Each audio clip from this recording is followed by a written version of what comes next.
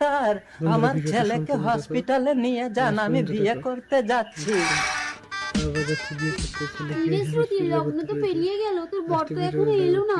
কি গো, বিয়ে কি আমার লগ্ন ভ্রষ্টা হবে? আরে ওই তো ব্যান্ড বাজছে, মনে হয় পরে এসে গেছে, সবাই দেখো তো গিয়ে। দেখো না কে এসেছে, নতুন করে আবার বিয়ের সানাই বেজেছে। এ কি, আপনি আবার এসেছেন? আপনার ছেলে কোথায়? ছেলে অ্যাক্সিডেন্ট করে হসপিটালে ভর্তি আছে, তাই বৌমাকে বিয়ে করে আমি নিয়ে যেতে এসেছি। শ্রুতি, বিয়েটা করে নে, নইলে তুই লগ্ন ভ্রষ্ট হবি।